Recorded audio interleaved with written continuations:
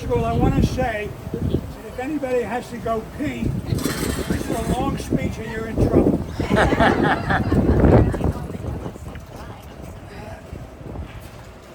Usually at this time when I'm at my birthday, people ask me commonly what is it that I do to live so long and what they should do.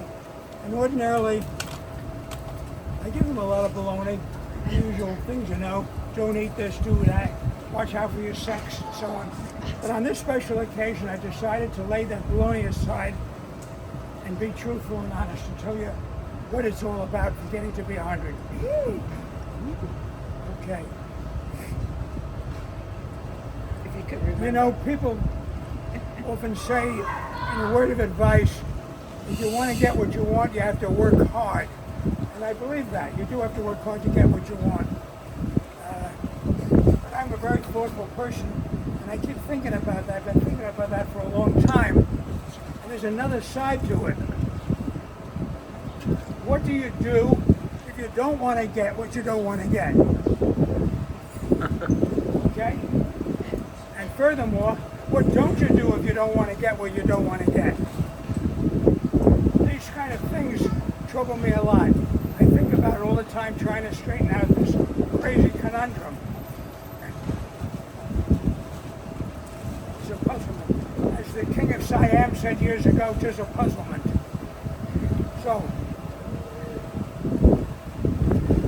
I have to take out my notes if you don't mind, because I'm not really as good as I'd like to be. That's pretty good. Only 10 pages. Okay, as far as that doing and don't doing is concerned, I don't really recommend this to anybody because there's got to be a better way of living. I spend hours and hours every day thinking about this problem.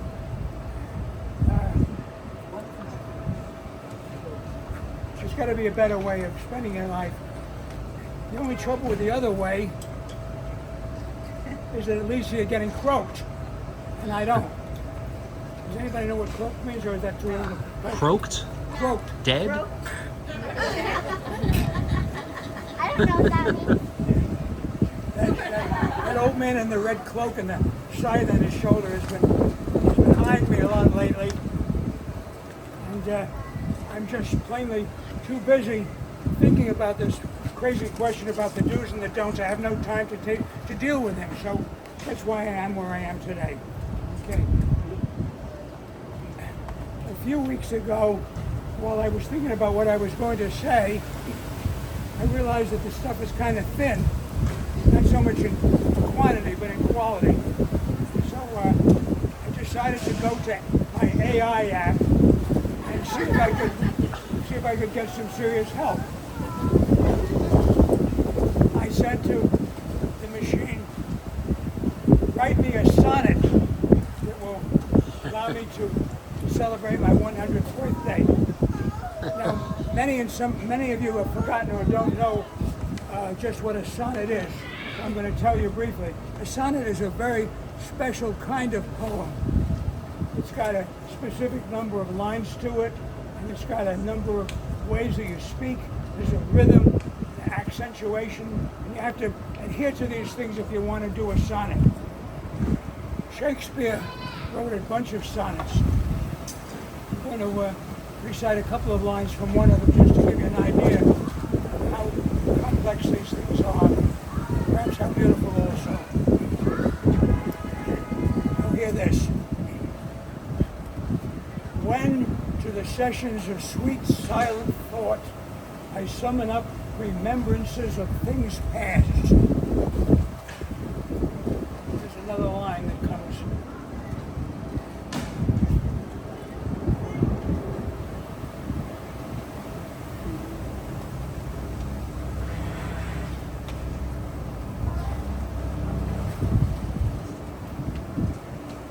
Then can I drown an eye for dear friends hid in death's dateless night. All of this fits my situation today. This particular sonnet has great meaning to me. But the idea of my telling you this was not so much that I like to recite, which I do, as you can see, but this is a very hard thing to expect a computer to compose. It's a lot harder then multiplying 362 by 475.3. Nevertheless, I went to the computer and I asked it to do it on my cell phone. I had just taken my finger off of the send icon when there it was. All 14 lines in iambic pentameter. And it was pretty good. It was just too fancy to recite here today. So I went back to the computer and I said, "Hey, Miss Fancy Pants, write me a simple 4-line poem that I can recite." And a annoyed voice came back at me. "I am a fancy, but I don't wear pants. Here's your dumb poem." That's that. Let's get up to the modern, to the present day. Okay, I just pretended to forget the poem.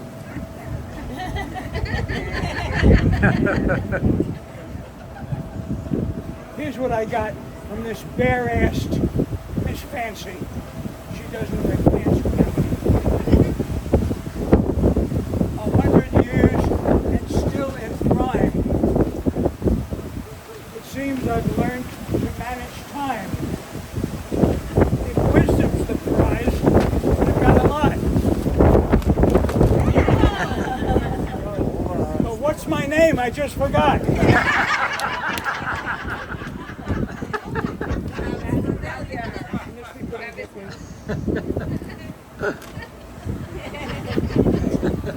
Got through page 1 first. This is going to take a while. This is not a solemn occasion, but other than what I said previously about AI, I didn't tell you that, did I? You did, yeah, you talked about AI.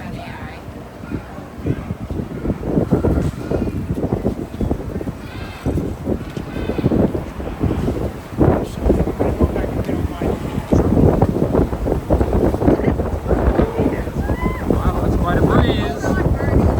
Oh, Bertie. That's a breeze. Hey, up there.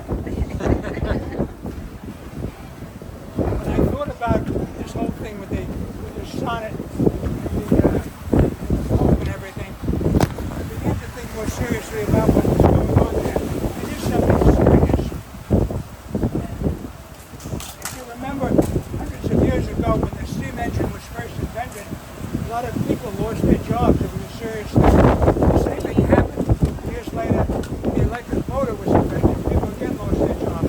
So innovations are a serious habit. There's not very much you can do about it, but I think you might want to think along those lines.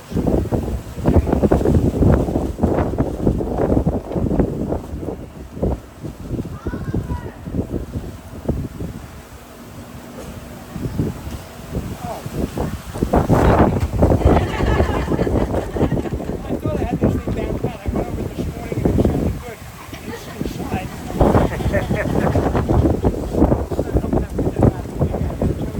My brains around. Okay. I said, once again, this is happening. A situation with innovation. And this time, it may truly be serious. I'm not joking at this moment. It may be serious. Thinking machines. Thinking machines. Someday, a couple of years from now, you'll be getting out of bed. You'll look at this thing on your wrist and you'll say, "What am I doing this week?" And a stern voice will come back at you. "Okay, on Monday, you're going to blah, blah, blah. On Tuesday, blah, blah, blah, blah, blah. On Wednesday, blah, blah, blah. Did you get it all? Jot it down." That is serious, okay? That's the end of that portion of it. Okay, get it right finally. I knew I had something going that sounded pretty good inside. Now we get to page 2. Oh. The top of page 2 reminded me of why I forgot in page 1. I was going to say that this is not a solemn occasion, except for what I said a few minutes ago about the thinking machines and the AI, which is a an important thing. I don't want you to take seriously anything that I say from now on, Okay. especially if I start out by saying seriously.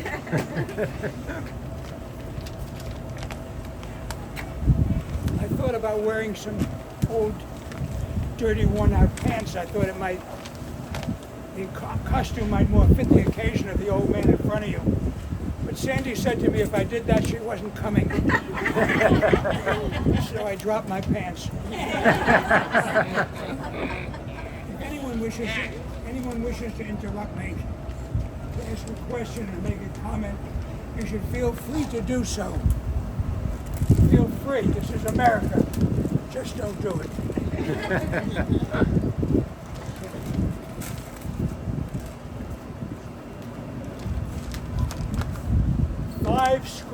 59 years ago, my mother brought forth upon this county a new neighbor, conceived in Liberty, New York, and dedicated to the proposition that not all men are created evil. Today you are busy texting how much longer that neighbor can endure. I have to say something as an aside. When I read that to myself inside, it sounded pretty good, but out here in the clear air, I realized it's a terribly contrived set of lines, and I really wish that I had ash canned it before I came out. So let that one go back.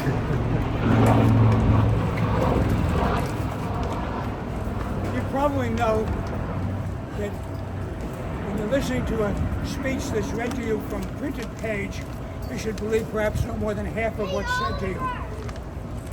In spite of that, I do want to thank the Block Association for letting my party be part of the annual event here. That's very nice of you, and I do thank you all. I also want to thank all the friends and neighbors and relatives who came to pay me this dubious honor. After all, I've really done nothing except exist. I don't know anything at all about longevity, but I do know a little something about how to lead a good life, and I'll get to that in just a few minutes. 1 and a half hour. There'll be some more of those do's and don'ts. Remember those. But seriously, the reality of truth is always a personal thing. Many people know that they truly will enjoy a good life after they die. That is real truth for them. And I must say that I'm envious of those people. It must be a real comfort to know that when you're lying there for the last time, that good things are about to happen. Being on stage to give you guys a 30-second lecture on the beauties of the English language. There's a word, personage. When I apply this word to myself at this time, I find real comfort in the idea that when I'm gone, my personage will probably still be around as long as many of you are still here. That is the end of the 30 seconds lecture. Back to where I was, wherever that was. Okay, here is what you should do and what you should not do. We're there finally. Every morning, when getting up, do try to think of some pleasures you should enjoy that day. There are so many. Food, listening to speeches, music, reading, HBO with strawberries. I could go on and on. Then there are the don't do's.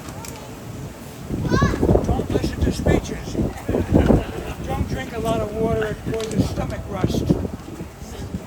Don't do most of the 10 commandments. That one about relations between mothers and sisters, that was probably okay, so let that guy alone. There are so many don'ts, probably more don'ts than there are do's. Don't worry about dying. Worry about not living. There's a lot to what I just said. Worry about not living.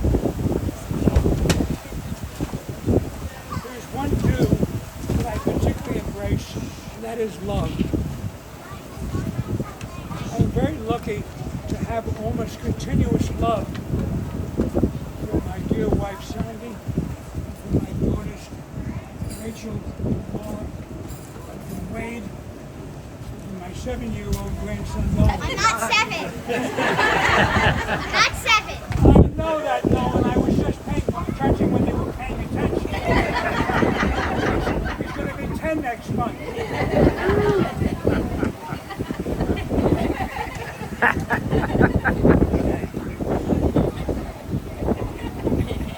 happen to notice the word almost that I stuck in a moment ago? I am happy to tell you that I have a continuous love for my missing cat Zoe. I wanted her to come here this afternoon, but she wanted to take her afternoon nap. I said to her, stop acting like an animal.